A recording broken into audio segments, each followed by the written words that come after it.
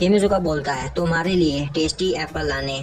यह सुनकर सिएस्टा हंसती है और बोलती है तुम मुझे सच में बहुत ज्यादा पसंद करते हो और इसीलिए तुम मेरा इतना ज्यादा ख्याल रखते हो। यह सुनकर किमिजुका शर्मा जाता है और वह इतना शर्मा जाता है कि वहाँ के गेट खोलने की कोशिश कर रहा होता है, पर उससे वह गेट नहीं खुल रहा होता।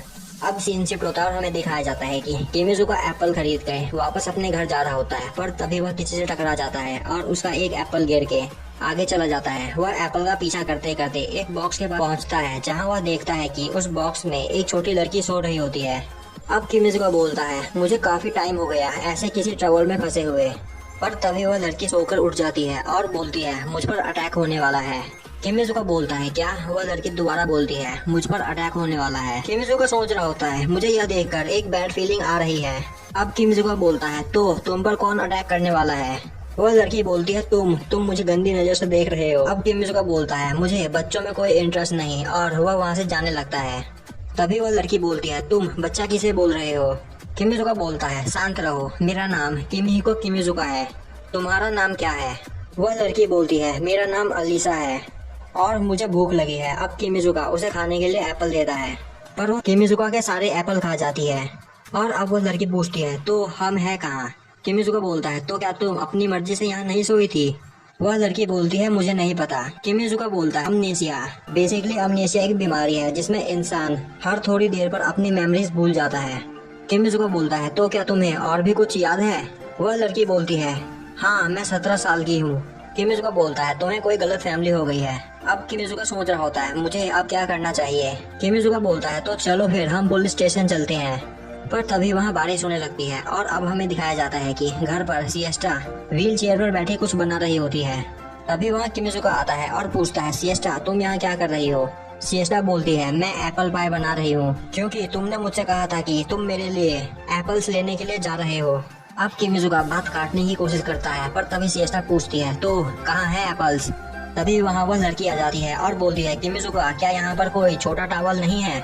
अब सीन शिफ्ट होता है और हमें दिखाया जाता है कि वह सभी एक जगह बैठकर चाय पी रहे होते हैं। सिएस्टा किमिजुका को चाय देती है और किमिजुका बोलता है दार्जिलिंग मुझे इसकी स्मेल काफी ज्यादा पसंद है। सिएस्टा बोलती है यह एप्पल पाई के साथ खाने में ज्यादा अच्छा लगता है।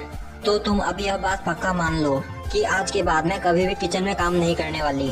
किमिजुका बोलता है अगर ऐसा हुआ तो यह मेरे लिए बहुत ज्यादा दुख की बात होगी। वही सिएस्टा काफी ज्यादा गुस्से में होती है। वही अलीसा बोल रही होती है यह फ्री का एप्पल पाई काफी ज्यादा टेस्टी है। किमिजुका उसे डांट कर चुप कराता है। सिएस्टा बोलती है तो क्या तुम मुझे बताओगे कि तुम इसे यहाँ क्यों लेकर आए हो? यह लड़की एमनीसिया से पीड़ित है और यह केस सॉल्व करना किसी डिटेक्टिव के लिए बड़ी बात नहीं है। अब सिएस्टा बोलती है तो तुम्हारा नाम अलीसा है, क्या तुम्हें अपना पूरा नाम पता है? अलीसा बोलती है नहीं मुझे बस यह पता है कि मैं 17 साल की हूँ।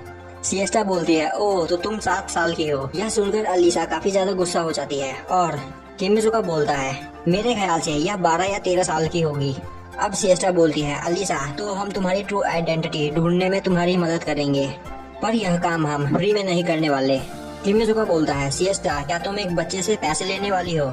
सिएस्टा बोलती है यह चाहे बच्चा हो या अडल्ट यह ह्यूमन है और हम सभी केस सॉल्व करने का पैसा लेते हैं। किमिजुका बोलता है हाँ बात तो तुम्हारी सही है। अलीसा बोलती है तो अब मुझे क्या करना होगा? सिएस्टा बोलती है अलीसा तुम्हें मेरी जगह एक डिटेक्टिव का काम करना होगा। अलीसा बोलती है डिटेक्टिव का काम? किमिजुका बोलता है यह इसके लिए काफी ज्यादा हार्ड होगा। अगर तुम्हें अपना काम कंटिन्यू रखना है तो क्यों ना मैं डिटेक्टिव बन जाऊं और अलीसा मेरी असिस्टेंट। सिएस्टा बोलती है नहीं यह ठीक नहीं रहेगा, तुम्हारा चेहरा डिटेक्टिव के लिए सूट नहीं करता है, तुम एक असिस्टेंट ही ठीक हो। सिएस्टा बोलती है अलीसा अगर तुमने यह एक्सेप्ट कर लिया तो हम तुम्हें खाने के लिए खाना, पहनने के लिए कपड़े और रहने के लिए घर भी देंगे, और साथ ही साथ तुम किमिजुका के ऊपर अपना ऑर्डर भी चला सकती हो क्योंकि वह तुम्हारा असिस्टेंट है। यह सुनकर अलीसा काफी ज्यादा खुश हो जाती है और बोलती है हाँ मैं यह काम जरूर करूंगी। अब अलीसा पूछती है तो मुझे किस तरह का काम करना होगा?